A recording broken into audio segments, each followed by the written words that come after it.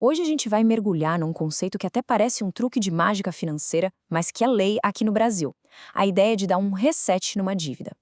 Vamos falar sobre superendividamento e sobre uma palavrinha que, olha, causa até arrepio e muito credor por aí. O tal do deságio.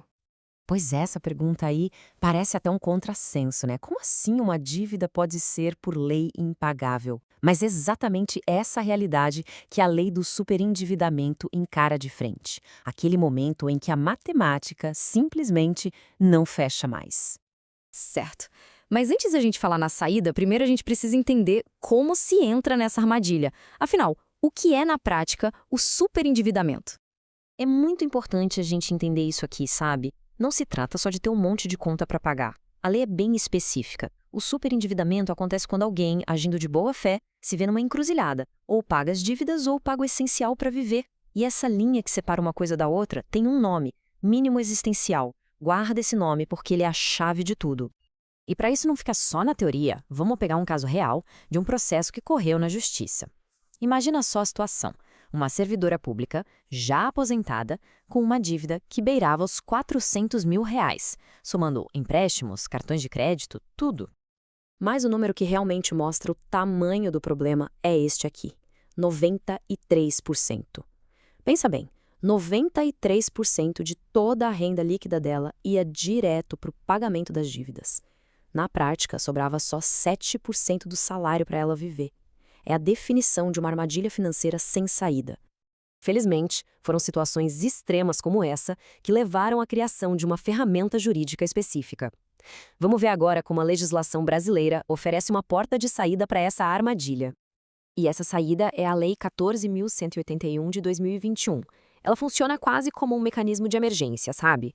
Permite que a pessoa, com a ajuda de um juiz, consiga pausar tudo, respirar, reorganizar as finanças e traçar um plano para sair do vermelho. É literalmente uma boia de salvação. E a base de toda essa lei é aquele conceito que a gente falou, o mínimo existencial. O que a lei está dizendo é o seguinte: antes de pagar qualquer banco ou financeira, a pessoa tem o direito fundamental de ter sua dignidade preservada. E isso significa garantir que sobre dinheiro para as despesas essenciais do dia a dia.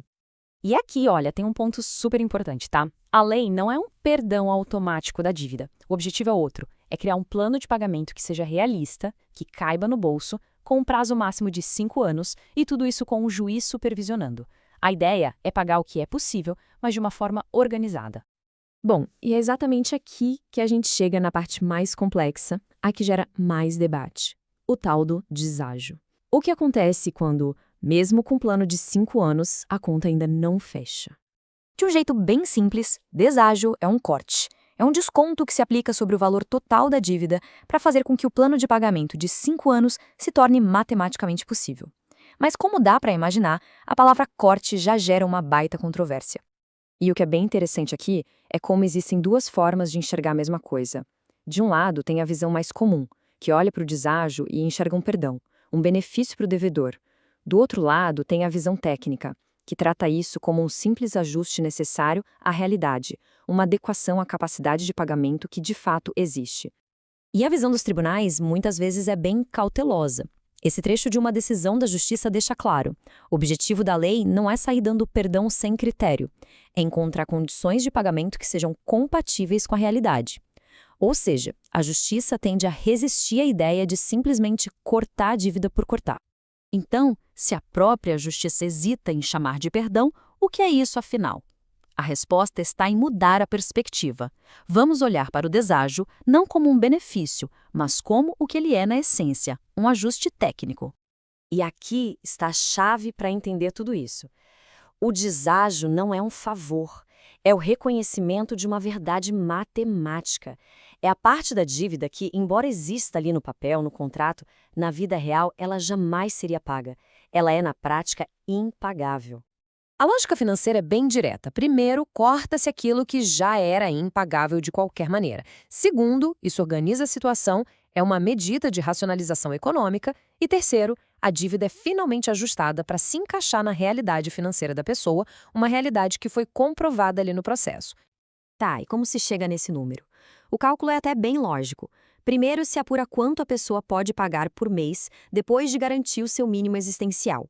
Segundo, esse valor é multiplicado por 60 meses, que são 5 anos do plano. O resultado é o valor máximo que aquela pessoa consegue pagar. Qualquer centavo da dívida que ultrapasse esse teto é, tecnicamente, inexequível. Essa diferença é o deságio. Então, no final das contas, o que a lei busca não é beneficiar uma das partes, mas sim encontrar um novo ponto de equilíbrio para uma relação que se quebrou completamente. A analogia que os próprios juízes usam é perfeita. É como se fosse uma recuperação judicial, só que para uma pessoa física. A gente sai de um sistema que entrou em curto-circuito para um sistema que volta a funcionar. A pessoa se reorganiza, paga o que é possível e volta a participar da economia. No fim, a ideia é que o sistema como um todo se beneficia. O credor recebe o máximo que era realisticamente possível, em vez de arriscar não receber nada. O sistema jurídico ganha mais segurança, evitando processos que se arrastam por anos. E o contrato, por sua vez, volta a ter equilíbrio. E para a gente fechar, fica a reflexão. O deságio é um reequilíbrio justo que encara a realidade de frente, ou será que ele representa um risco para o sistema de crédito como um todo? A discussão, com certeza, está longe de terminar.